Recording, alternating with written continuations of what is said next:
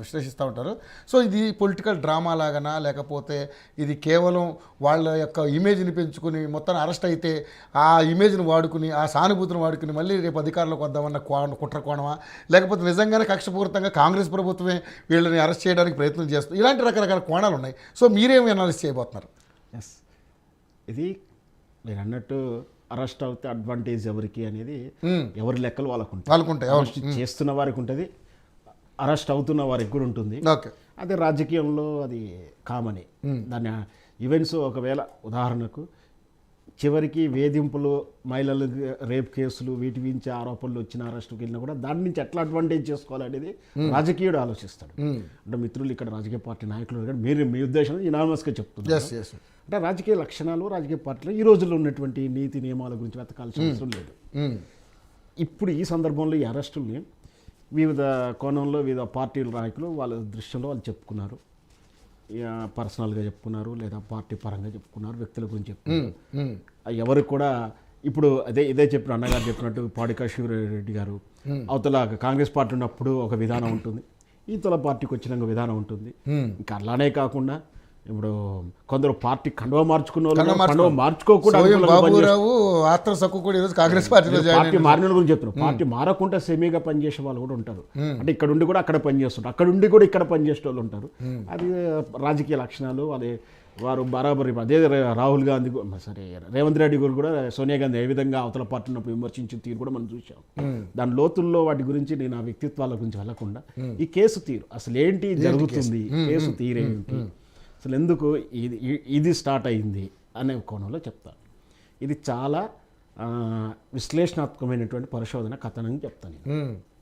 ఈ phone tapping case అవును రేవంత్ రెడ్డి గారు చేసింది, ఇప్పుడు చేసింది ఇది సామాన్యమైనది కాదు. ఆయనకి ఇంటెలిజెంట్ రిపోర్టు, మరి మేధావుల రిపోర్టు, సెంట్రల్కి వెళ్ళినాక ఆయనకు రిపోర్ట్ వచ్చింది. మన రేవంత్ రెడ్డి గారు మొదట్లో పెట్టిన ఫస్ట్ రాగానే పెట్టిన కేసు ఏంటండి, ఆయన ప్రమాణ స్వీకారం అయిన తర్వాత ఫస్ట్ కేసులోనే ఫోన్ ట్యాపింగ్ కేసు.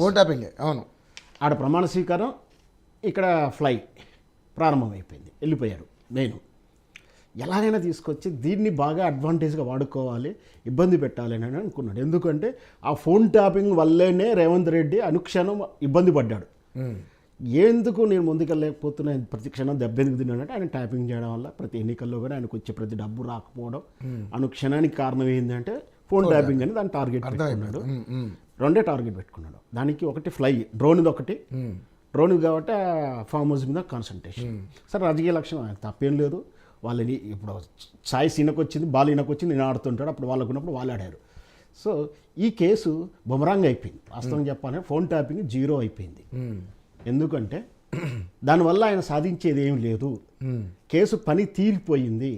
దీనివల్ల ఎవరిని అరెస్ట్ చేయలేం, అయిన కాడికి అయిపోయింది. ఎవరిని అరెస్ట్ చేసినా చేయకుండా ఏదైతే ప్రభాకర్ రావు గారు అమెరికాలో ఉన్నారుగా, ఆయనను తీసుకురావడం అసాధ్యమైన విషయాన్ని గ్రహించలే, హితబోధ చేశారు. ఎవరు చేశారు?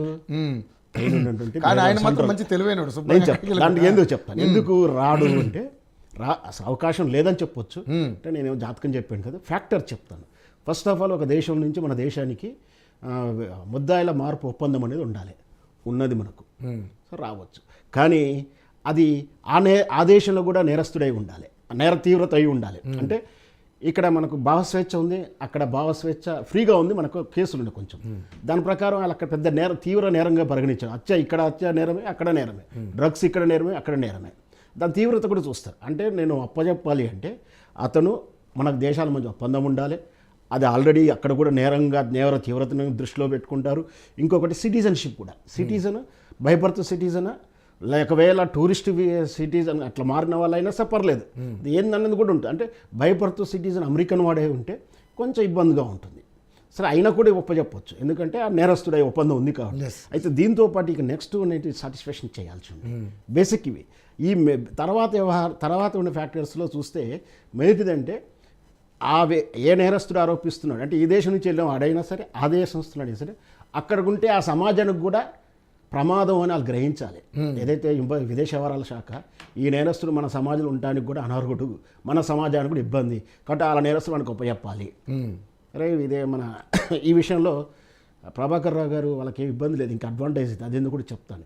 ఇంకొకటి ఈ మార్పిడి చేయడం వల్ల కానీ ముద్దాయిని ఒప్పజెప్పడం వల్ల కానీ ముద్దాయిని ఒప్పజెప్పకపోవడం వల్ల కానీ విదేశ వ్యవహారాలు సంబంధాలను దెబ్బతింటాయా, అంటే ఆ దేశం ప్రెస్టేజ్గా తీసుకుని ఈ దేశం తీసుకుని ఇద్దరు రిలేషన్స్ ఏమైనా పోతాయా? అంత మార్పు కలిగిన కేసు ఏం కాదు ఒప్పజెప్పడానికి. ఇక పోతే మెయిన్ అలా క్లాజ్ ఒకటి ఉంది, ఇది ఇంపార్టెంట్ క్లాజ్. అతడు శరణార్థికి నిన్న పెట్టాడు, నన్ను రాజకీయ వేధింపులుగా చూస్తున్నారు. అలా విదేశ వ్యవహారాల్లో స్పష్టంగా రాసింది. అది రాజకీయ కేసు అయి వేధించబడి ఉండకూడదు. ఆ ముద్దాయి నేరస్తుడు అయి ఉండొచ్చు, కానీ అది రాజకీయ కోణంలో అంటే అందుకనే కదా మనకు బంగ్లాదేశ్ నిన్న బేగం వచ్చినా మనం ఇచ్చాం, ఒకనాడు దలైలామా మనం ఆశ్రయం ఇచ్చాం, మన దేశం ఇచ్చాం. మన దేశం నుంచి వెళ్ళిన వాళ్ళకు కూడా తను ఊసి దట్ మన కింగ్ ఫిషర్ మన విజయమల్లి వాళ్ళు కూడా ఆర్థిక నేరస్తుడిగా వెళ్ళాడు, కానీ ఆయన రాజకీయాన్ని ఇంకా ప్రాసెస్ జరగలేదు, దాంట్లో వేరే ఉంది. సార్ రాజకీయ కోణమే ఉండకూడదు, ఇది విదేశీ ఫ్యాక్టర్లో మెయిన్. అంటే ప్రభాకర్ రావు గారిని ఏ విధంగా చూసినా కూడా వచ్చడానికి లేదు. అక్కడ సిటిజన్షిప్ తీసుకున్నాడు, రాజకీయ కేసు అని చెప్పేసి క్లారిటీగా వీళ్ళే ప్రతి ప్రెస్ మీట్లోనూ బహిరంగ మీటింగ్లోనూ చెప్పబడింది. ప్రెస్ మీట్లో బహిరంగ చాలాసార్లు సేఫ్ అంటారు, అక్కడ వరకు ఫుల్ సేఫ్తో పాటు అతను శరణార్థి అని చెప్పుకున్నాం. సో ఈ ప్రభాకర్ కేసు మనం ఏం చేయలేం, కానీ పని అయిపోయింది. మరి ఎట్లా కక్ష తీర్చుకుని నీకో సాటిస్ఫై కావట్లేదు. అందుకే పుట్టింది హరీష్ రావు గారి మీద కంప్లైంట్, నా ఫోన్ ట్యాపింగ్ అనేది కంప్లైంట్ 3 వారం కింద కొత్తగా. అంటే ఇప్పుడు రేవంత్ రెడ్డి గారు అతన్ని చక్రధరని అతని వ్యక్తి ద్వారా పెట్టించారనేది మీ అనుమానం? అనుమానం కాదు, నేను ఆరోపణ కూడా మీరు దాని పేరు పెట్టుకున్నారు. సో ఈ కేసు కౌంటర్గా పాడి కౌశిక్ రెడ్డి నా ఫోన్ ట్యాపింగ్ చేస్తున్న ఈ సెక్షన్ ఎట్లా అప్లై చేస్తారో, నువ్వు అక్కడ కొట్టిన దెబ్బకు నేను ఇక్కడ దెబ్బ కొడతా ఉంటాను. ఓకే, ఇది జరిగింది. ఓకే, కథా స్క్రీన్ ప్లే డైరెక్షన్ ఇది అంతే. గతంలో ప్రజల కోసం రాజకీయం చేసేవారు, కొన్న తర్వాత రాజకీయ నాయకులు ప్రతిపక్షాల కోసం. ఓకే సరే, నిజంగానే అలాంటి అనుమానం ఆయనకు వచ్చింది, కానీ ఆయన ఇల్లు అంత హంగామా చేయాల్సిన అవసరం లేదు కదా అక్కడ. నేను చెప్తాను, ప్రతిపక్షాల కోసం రాజకీయ విధానాలు వచ్చాయి.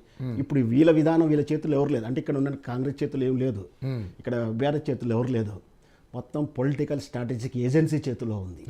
వాళ్ళు ఇస్తారు స్ట్రాటజిక్, ఇది ఈ డ్రామా ప్లే చేయండి, ఇది ఎట్లా ప్రాపగండం చేయండి, ఈ కోణంలోంచి యుద్ధం స్టార్ట్ చేయండి. ఇవి ఒక్క పార్టీకి అన్ని పార్టీలకు ఉన్నాయి. సో వాళ్ళ సూచనల మేరకు ఇది జరుగుతున్నటువంటి విధానం.